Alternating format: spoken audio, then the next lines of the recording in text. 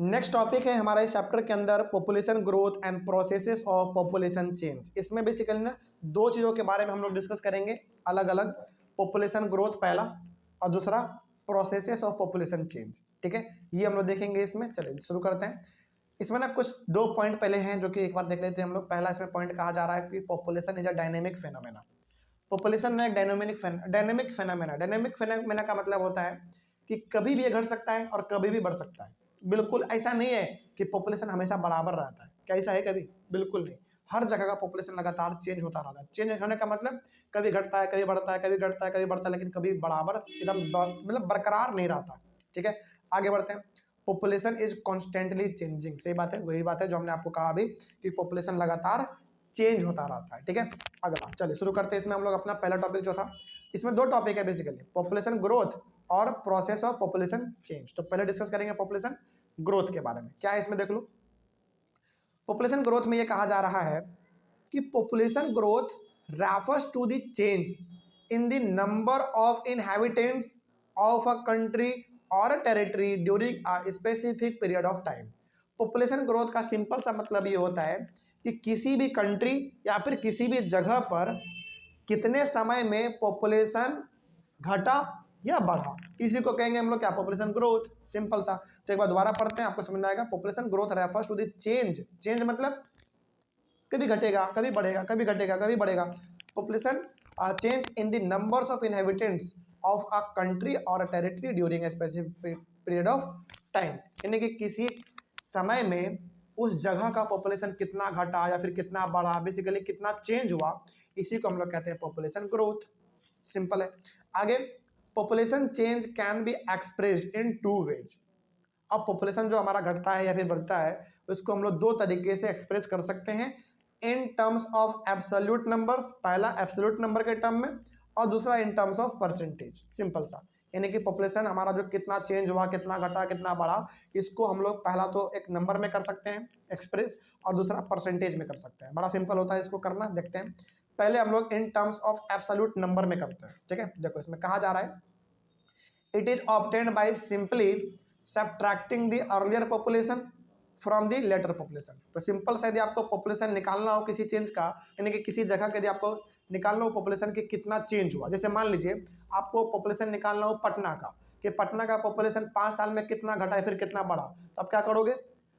अभी का जो पॉपुलेशन है उसमें आप माइनस कर दोगे 5 साल पुराने वाले पॉपुलेशन को, तो जो आंसर आएगा वो आपको बताएगा कि अच्छा इतना पॉपुलेशन यहाँ का क्या हो गया, चेंज हो गया। ठीक है, तो कैसे निकलेगा?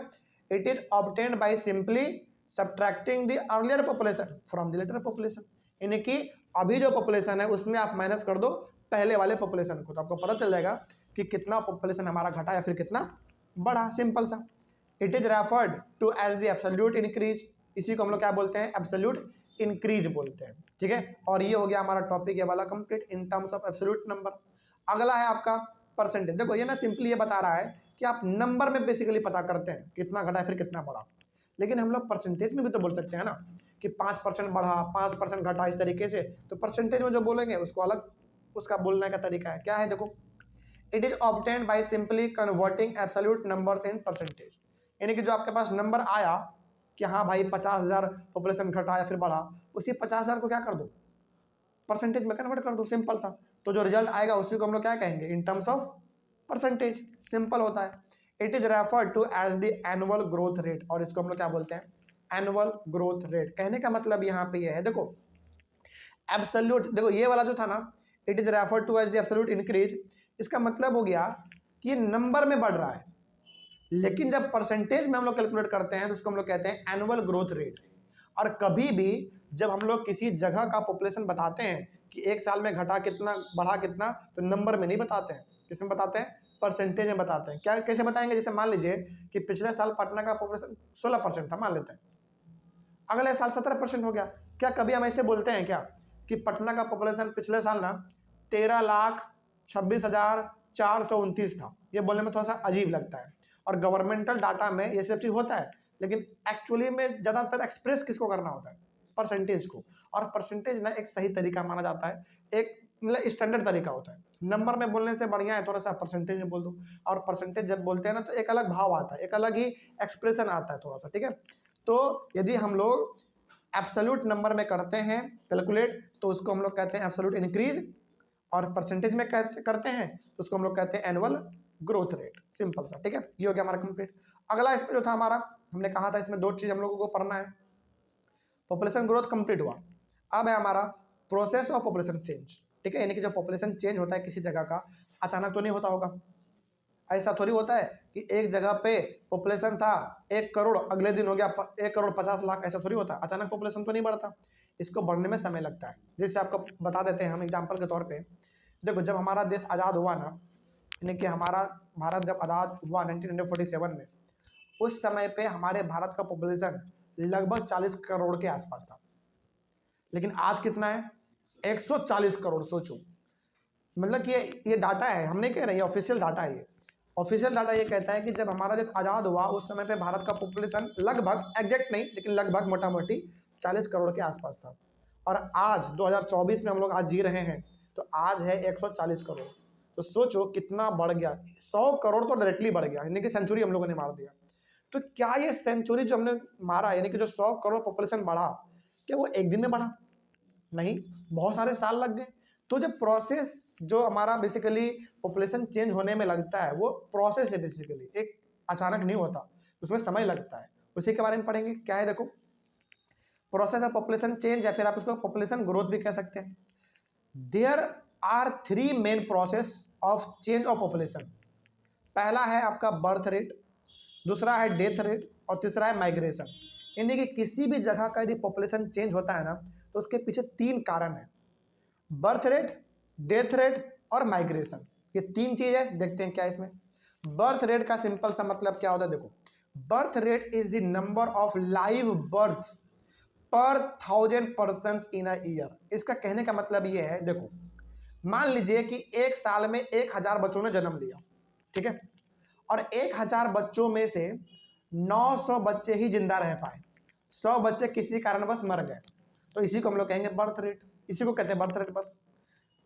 अब वो जो 100 बच्चे मरे, हो सकता है कि उसको प्रॉपर ट्रीटमेंट ना मिलने की वजह से मर गए हो, या फिर भूखमरी से मर गए हो, या फिर खराब अनाज खाने की वजह से मर गए हो, यानी कि किसी भी कारण से उसका डेथ हो गया। तो जो 1000 बच्चे में से जो बच्चे बचे रह गए, वही हमारा कहलाता है बर्थ रेट, ठीक है। In India birth rate is high as compare to death rate. मतलब कि इंडिया में ना आदमी का जो बर्थ रेट है वो ज़्यादा है डेथ रेट से मुकाबले में। मतलब कि यहाँ पे आदमी का जन्म ज़्यादा हो रहा है लेकिन मर कम रहा है, ठीक है। ये हो गया हमारा। अच्छा, मर कम रहा है इसका मतलब क्या? कभी मरेगा ही नहीं, मरेगा लेकिन उसका जो प्रोसेस है मरने का, जो वो धीरे है। मतलब कि बर्थ रेट ज़्यादा है, लोग यहाँ पे जन्म जल्दी जल्दी ले रहे हैं, लेकिन मरने का जो रेट है वो बहुत ही स्लो है, ठीक है। आगे बढ़ते हैं। अब हम लोग बात करते हैं डेथ रेट का। ये क्या होता है देखो, death rate is the number of death person पर 1000 पर्सन इन अ ईयर। मतलब कि हमने अभी जो एग्जांपल दिया था उसका जस्ट उल्टा। 1000 बच्चों ने जन्म लिया, 1000 बच्चों में से मान लीजिए कि 100 बच्चे मर गए, तो जो 100 बच्चे मर गए उसी को क्या कहेंगे हम लोग? डेथ रेट कहेंगे। और जो 900 बच्चे जी गए उसको क्या कहेंगे? बर्थ रेट, सिंपल सा। In India death rate is low as compare to birth rate. वही बात है जो अपने ऊपर में कहा, उसी को जैसे घुमा के यहाँ पे लिख दिया गया है। इंडिया में बर्थ रेट ज़्यादा है, डेथ रेट कम है, वही बात इसमें लिखा गया था। अगला है माइग्रेशन। माइग्रेशन का मतलब होता है लोगों का एक जगह से दूसरे जगह मूव कर जाना, है ना, मूवमेंट हो जाना। बेसिकली लोगों का एक जगह से दूसरे जगह चले जाना, अपने जगह को छोड़ के, उसी को माइग्रेशन कहते हैं। क्या लिखा हुआ है देखो, migration is the movement of people across regions and territories. मतलब ये हो गया कि माइग्रेशन का मतलब होता है लोगों का मूव कर जाना, एक जगह से दूसरे जगह पे मूव कर जाना। Migration can be internal and external और इंटरनेशनल। देखो माइग्रेशन जो है, यानी कि लोग जो है ना मूव 2-3 तरीके से कर सकते हैं। इंटरनल मतलब कंट्री के अंदर, और एक्सटर्नल मतलब इंटरनेशनल। देखो कई लोग होते हैं ना जो कि, जैसे मान लीजिए बहुत सारे लोग हैं जो कि बिहार को छोड़ के यूपी में रहते हैं नौकरी की वजह से, बहुत सारे लोग यूपी को छोड़ के बिहार में रहते हैं। ये क्या कहलाएगा? हमारा इंटरनल कहलाएगा। इंटरनल मतलब कंट्री के अंदर, और एक्सटर्नल का मतलब हो गया इंटरनेशनल। बहुत सारे लोग होते हैं जिनका काम विदेश में लग जाता है, तो अपने कंट्री को छोड़ के वहाँ चल जाते हैं और वहीं पे शादी कर लेते हैं, तो वहीं पे वो रहने लगते हैं। इसको हम लोग कहते हैं इंटरनेशनल, या फिर एक्सटर्नल भी आप कह सकते हैं उसको, ठीक है। आगे, internal migration does not change the size of the population. अच्छा एक बात बताइए, आप 100 ऐसे घर हैं मान लेते हैं जो बिहार को छोड़ के यूपी चले गए, उत्तर प्रदेश, क्या इससे कोई फर्क पड़ा इंडिया के पॉपुलेशन में? कोई फर्क नहीं पड़ा। अरे भाई, आप बिहार को छोड़ के उत्तर प्रदेश जाओ, राजस्थान जाओ, मध्य प्रदेश जाओ, या फिर कहीं भी जाओ, लेकिन हो तो आप इंडिया के अंदर ही, तो जो आपका कैलकुलेशन होगा वो तो इंडिया के अंदर ही होगा। तो जब भी इंटरनल माइग्रेशन होता है ना, पॉपुलेशन में कोई फर्क नहीं पड़ता है। पॉपुलेशन में फर्क कब पड़ेगा? जब एक्सटर्नल माइग्रेशन होता है। ठीक है, तो एक्सटर्नल और इंटरनेशनल माइग्रेशन जो है दोनों हमारा सेम ही चीज़ है। Can change the size of the population. जैसे मान लीजिए कि 100, जैसे मान लेते हैं कि 1 लाख ऐसे आदमी हैं जिनका रोजगार अलग अलग कंट्री में लग गया, वो अपने कंट्री को छोड़ के वहाँ पे चले गए, तो क्या इससे इंडिया का पॉपुलेशन घटेगा कि नहीं घटेगा? बिल्कुल घटेगा। तो कहा यहाँ पे ना आपसे सवाल पूछ सकता है, सवाल ये पूछा जा सकता है कि किसी भी कंट्री का जो पॉपुलेशन है वो कब चेंज होगा, इंटरनल माइग्रेशन से या एक्सटर्नल माइग्रेशन से? एक्सटर्नल माइग्रेशन से होता है, इंटरनल से नहीं होता। ठीक है, आगे बढ़ते हैं। ये तो टॉपिक हमारा कंप्लीट हुआ। अगला टॉपिक है हमारा कैरेक्टरिस्टिक्स और क्वालिटीज ऑफ द पॉपुलेशन। ठीक है, अच्छा ये जो आप टॉपिक बेसिकली पढ़ रहे हो, ये टॉपिक आपको पता है क्या था? 3 क्वेश्चन था हमारा, याद कीजिए सबसे पहले वाले क्लास में। चलो हम दोबारा आपको याद दिलाते हैं। सबसे पहले वाले क्लास में ना जो 3 क्वेश्चन था हमारा पॉपुलेशन को लेकर, वो क्या था? Population size and distribution, population growth and process of population change, और कैरेक्टरिस्टिक्स और क्वालिटीज ऑफ द पॉपुलेशन। ये तीनों का तीनों क्वेश्चन ही हमारा क्या बन चुका है, अब टॉपिक बन चुका है। तो पहला जो आपका है पॉपुलेशन साइज एंड डिस्ट्रीब्यूशन, ये हमने कंप्लीट कर लिया। दूसरा आपका था population growth and process of population change, ये भी हमने कंप्लीट कर लिया। एक जो लास्ट क्वेश्चन था जो कि अब टॉपिक बन चुका है आपका, वो है कैरेक्टरिस्टिक्स और क्वालिटीज ऑफ द पॉपुलेशन। तो जो 3 क्वेश्चन था आपका, वही तीनों क्वेश्चन क्या बन चुका है, टॉपिक बन चुका है। इन टॉपिक के बारे में हम लोग पढ़ रहे हैं, इसको हम लोग अपने अगले वाले क्लास में डिस्कस करेंगे। तब तक के लिए थैंक यू वेरी मच।